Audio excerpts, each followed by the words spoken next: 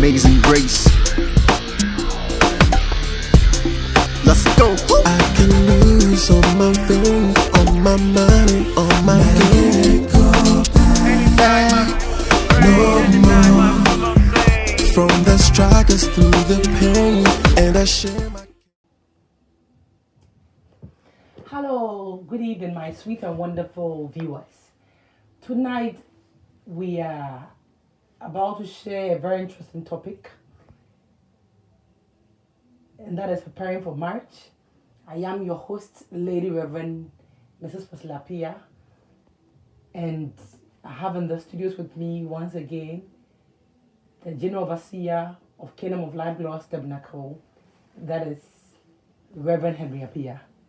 Reverend Henry, thank you very much for joining us in the studios this evening. Bless you, my sweet queen. How are you doing? I'm fine by the grace of God. Okay. Reverend, this evening we are talking about preparing for marriage.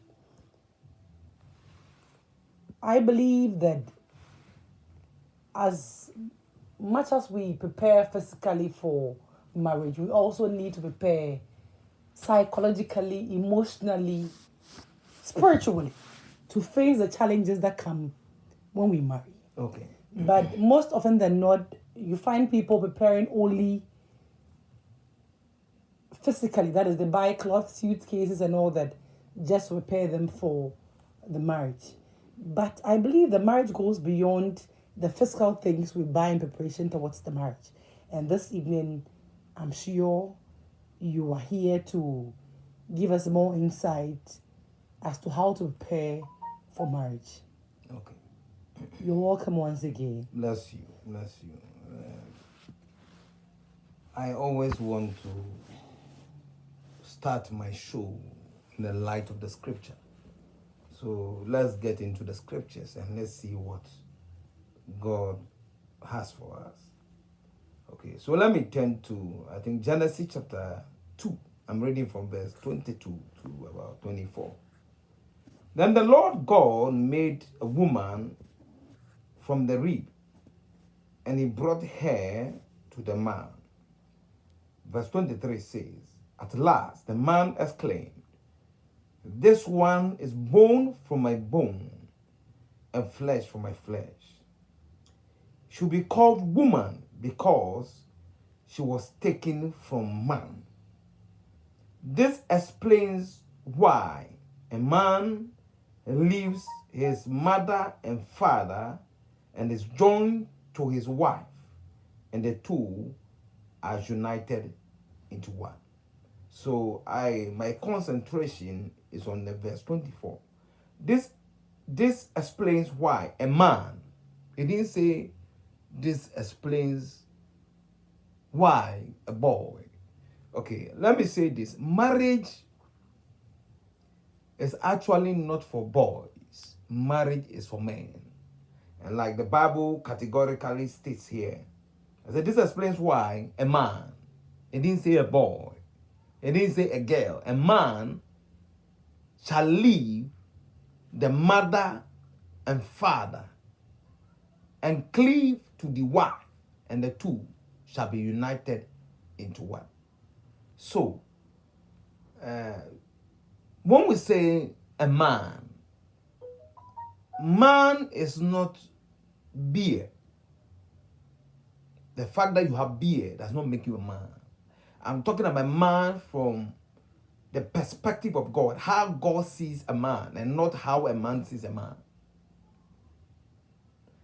Before God ensures that you are a man enough,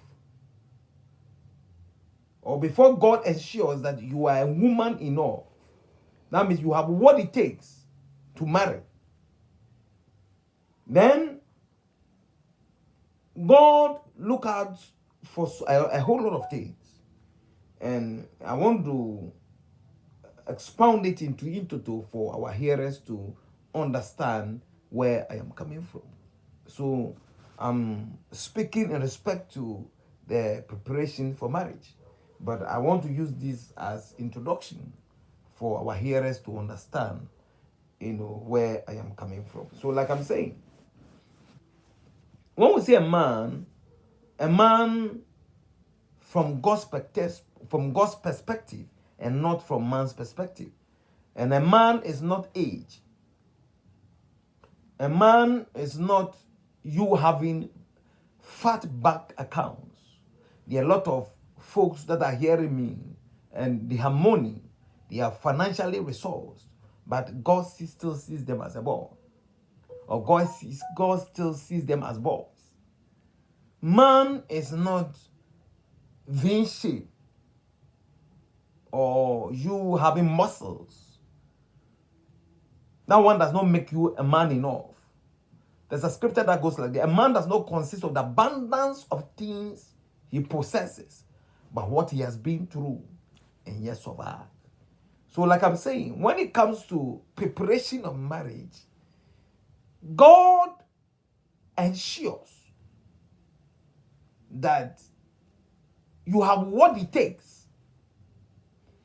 And if I say you have what it takes, you having certain ingredients all together.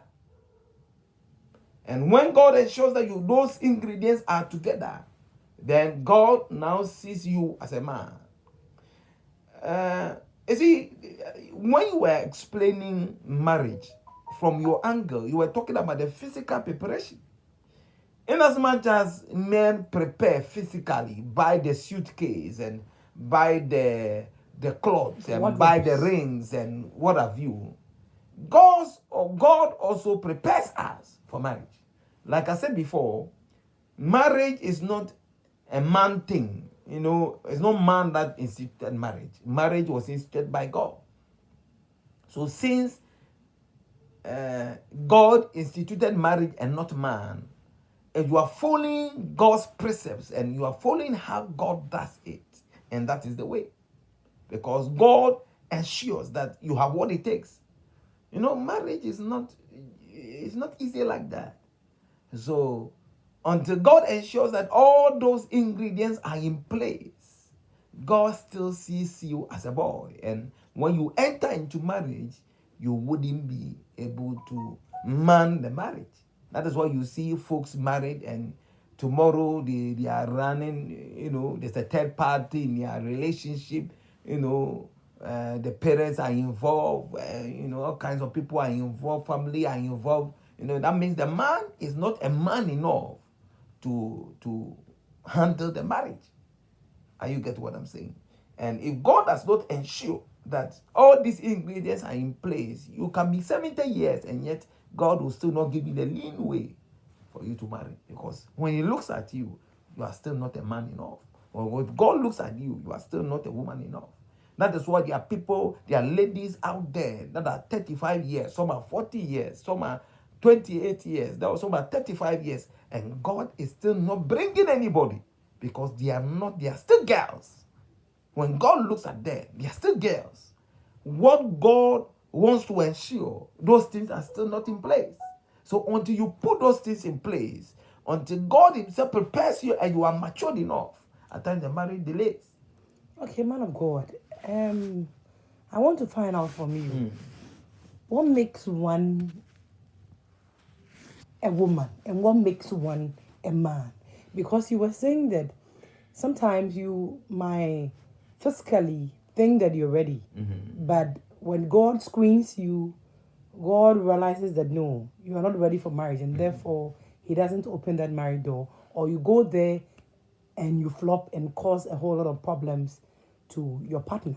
So when we say somebody, a man or a woman, is ready for marriage, what we need to look out for, or what is God actually saying? What makes one ready, or what makes a girl ready to become a woman with respect to marriage? Okay, so thank you, my lady or woman of God. Okay, let me come from this angle. Marriage is like a soup, where soup is accumulation of different kinds of ingredients. Let's say if you want to prepare light soup, We have tomatoes in there, we have pepper in there, some even add ginger, we have onions in there, we have salt in there, we have spices in there, we have fish in there, and what have you, we have garden, some even add garden eggs. So ingredients. When you put hot water on fire, you can fan it for 5 hours. It can never be a soup. When you put just pepper inside the water and you boil it for hours, the taste you want to get, you will not get the taste. Why? Because it is lacking certain necessary ingredients. So that is marriage for you. Marriage is accumulation of a lot of ingredients coming together. So when I say preparation, God prepares us and makes sure that all these necessary ingredients are in the marital soup. Then, of course, when you taste the marriage will be sweet. You see? So, like I'm saying, when God scans you and God realizes that all the necessary ingredients, you don't have it, or God has not taken you through the preparations. In fact, if God is taking you through those preparations, you have to pass all the tests God takes you through. Then God now really knows that you have what it takes to man the marriage.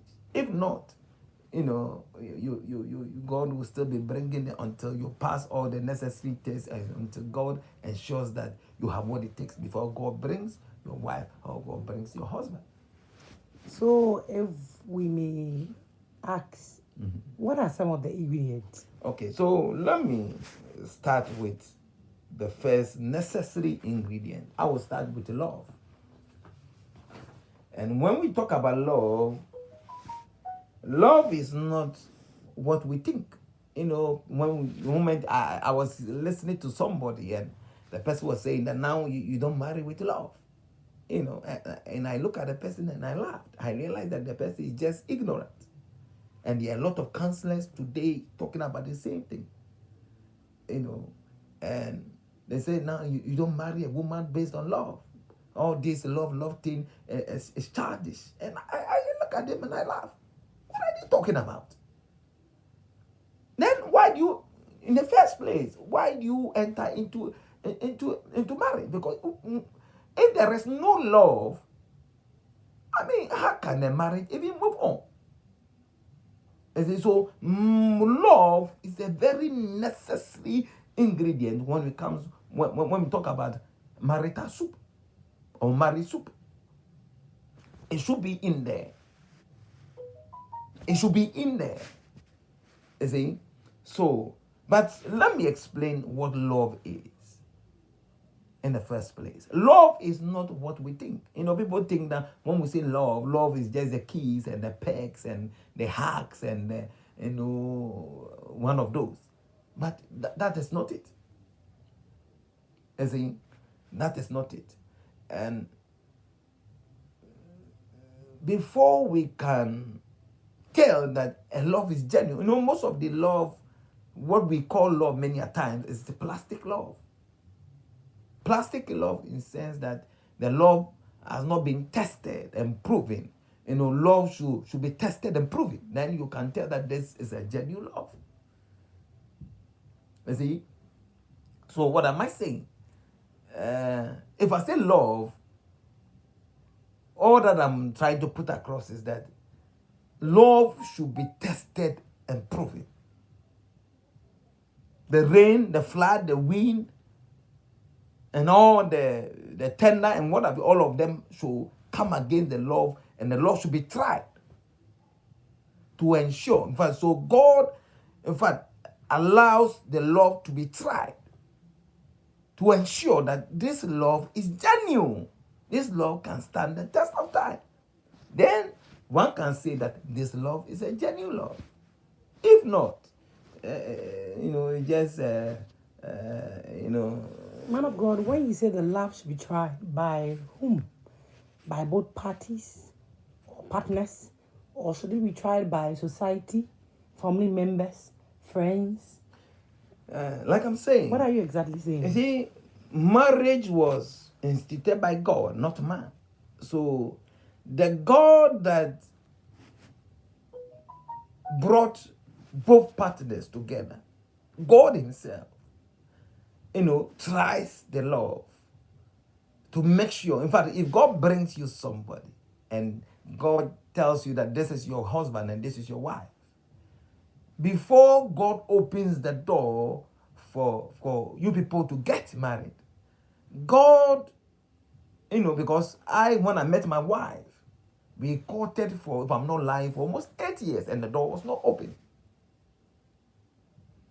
Between 1 year, 2 years, 3 years, 4 years, and all that, in fact, we went through a whole lot of things. It wasn't easy. My love was tried. Because I remember, my in-laws said no, they were not going to allow me to marry the woman God told me that she's my wife. And I didn't get it easy at all.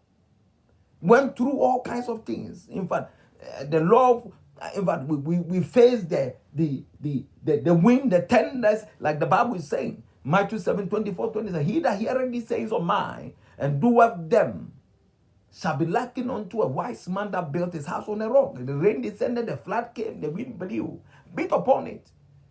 And Bible says it stood. On the contrary, he that heareth these sayings of mine and doeth them not shall be likened unto a foolish man that built his house on the sand. The rain descended, the same thing came.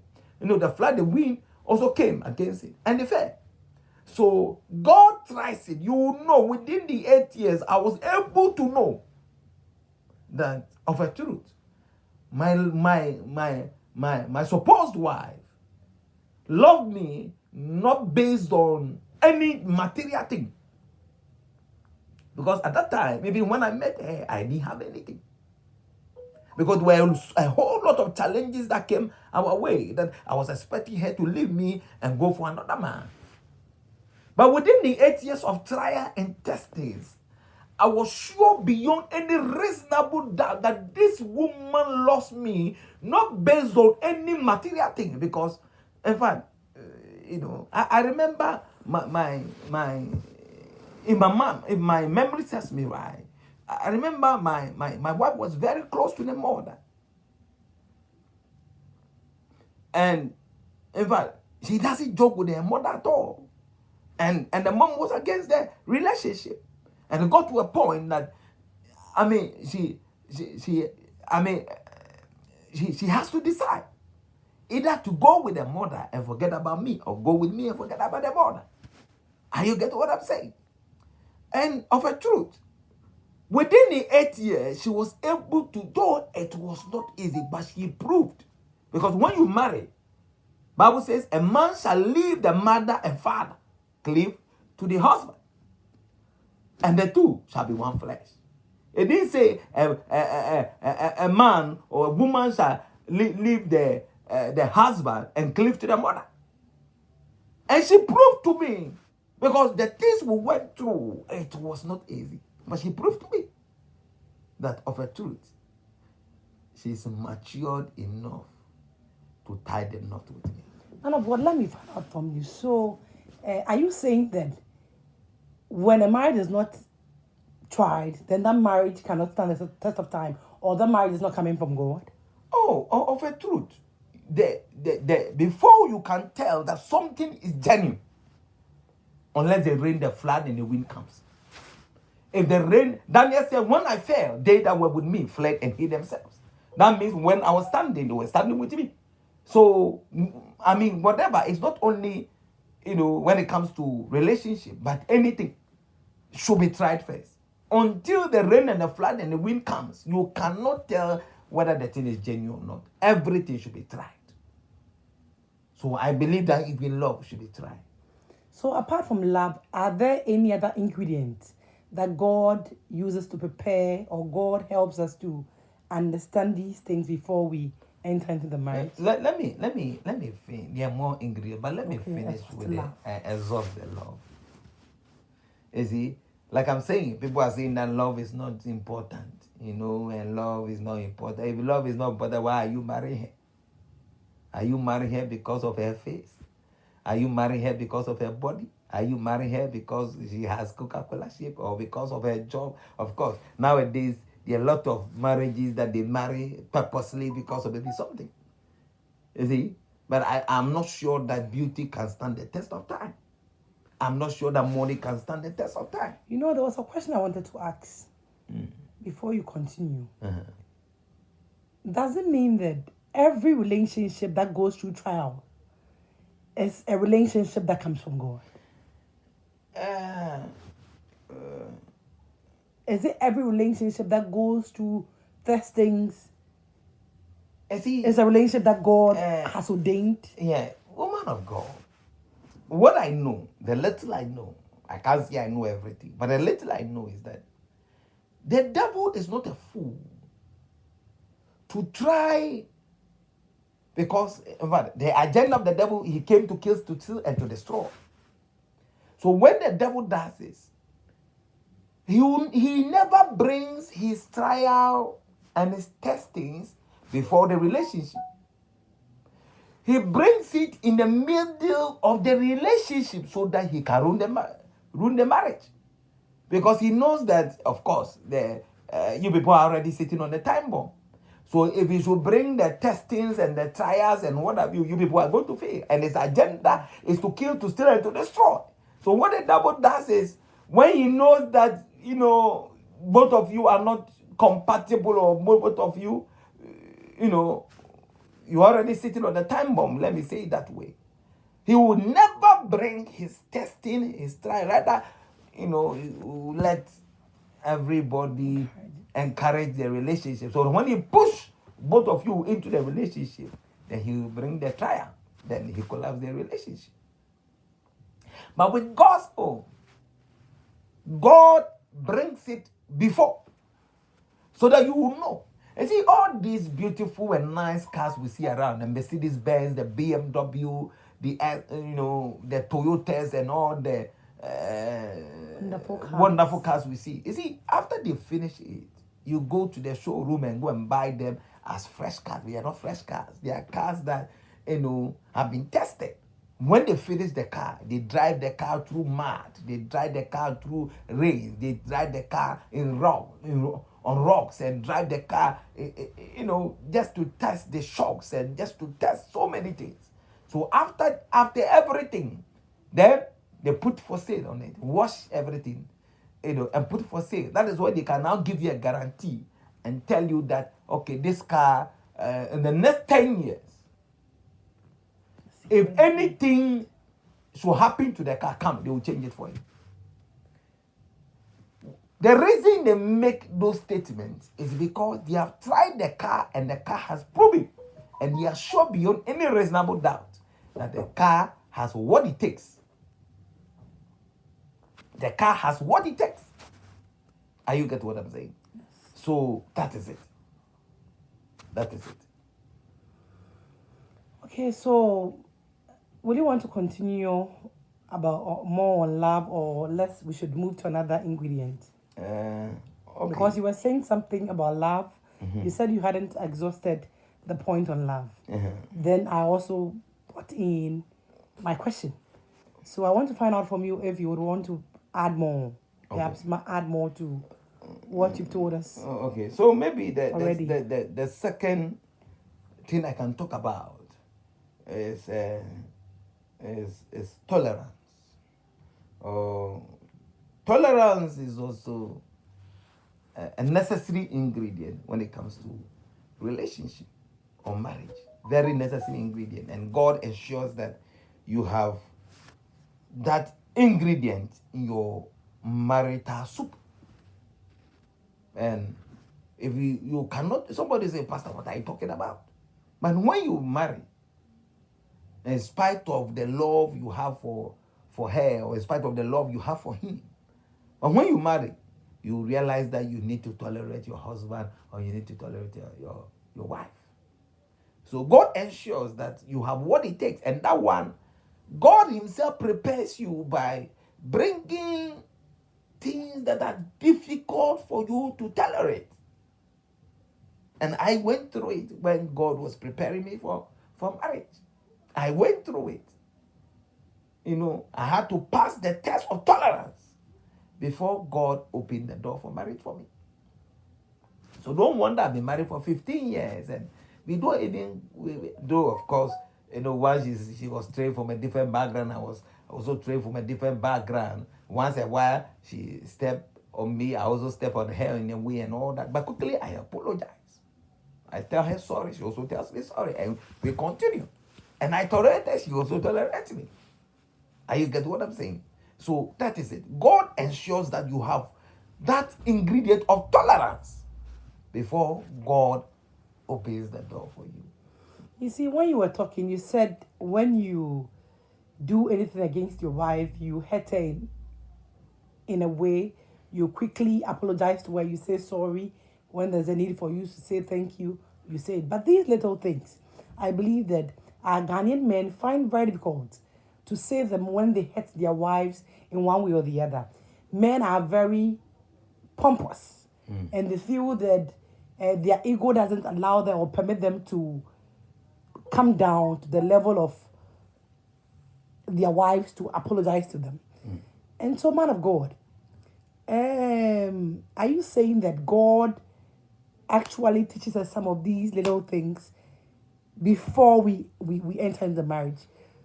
And that makes us more tolerable, or that makes us very tolerant when we enter into the marriage? Because I believe that some of these little things, they are very strange reasons why people end their marriages. And sometimes you notice that it's as a result of some of these little things. I'm sorry.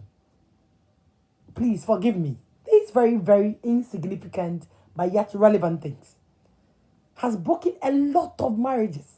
A lot of marriages. So, how do we work this whole thing up? When a man, you see, I like what he said, that you are able to apologize to your wife when you err or when you realize that no, you are at fault. But men of today are not able to do that. Most men feel too big to do that. And see, like I told you before, there are a lot of people, there are a lot of folks that are married that are boys. Is this coming from the home? Or is the church that is supposed to teach some of these little things? Well, see, knowledge is powerful, and if I believe that Jesus said, when a blind man leads a blind man, both falls into a ditch. So the church can be a factor. That is, if the pastor himself knows that God takes us through preparation. At times you hear people saying that, I don't want when it comes to marriage, I want the prophets to even shut up when it comes to marriage. You see? Because marriage should be taught, not prophets. Marriage should be taught. Yes. Marriage should not be based on prophecies. Prophecies that I prophesy that this is your wife and this is your husband.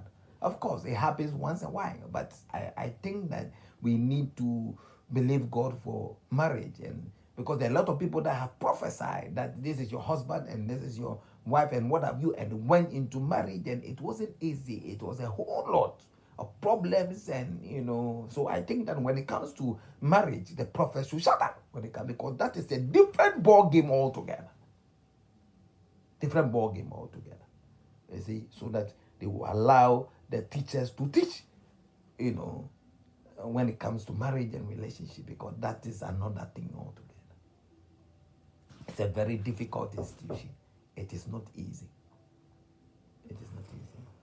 Okay, man of God, we've heard about love. We've heard about being tolerant. Are there any more ingredients that you would want our viewers to know, or that you want to teach us? Yes. For the purposes of our program. There are a lot of ingredients, but I think maybe in our next video we can talk about the other ingredients. In fact, I wish the man of God would have downloaded everything to us this evening, because I was enjoying myself. Sometimes we feel we know. Sometimes we feel we are up to the task. But when the bishops or the apostles of marriage come and teach and explain a few things to understand it, then we realize that we don't know it all. This evening, I have learned so much from the teachings and the explanations and discussion pertaining to preparation for marriage. I hope you've also been blessed.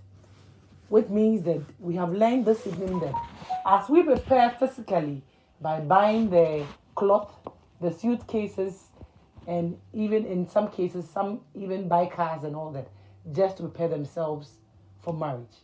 Marriage goes beyond the physical things. It goes beyond the physical preparation. There's a spiritual aspect that God takes us through. And that is more significant. That is more important. That is more relevant than the other things we yearn and crave to do before we enter into marriage. Man of God, thank you so much for coming this evening. Bless you. I believe that Bless you out there heard everything the man of God said with regards to preparing for marriage.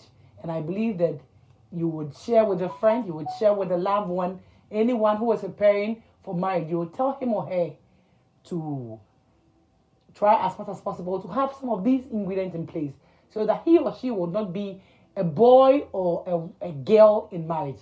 But God believes that marriage should be for women and marriage should be for men. For you to be a man, for you to be a woman, you need to have these ingredients in place. And that is love, and that is being tolerant. Thank you so much for staying tuned with us. Please kindly share our videos, kindly like our videos, and tell people about our show. Thank you so much. God bless you. God bless you. And have a wonderful evening. Stay tuned again next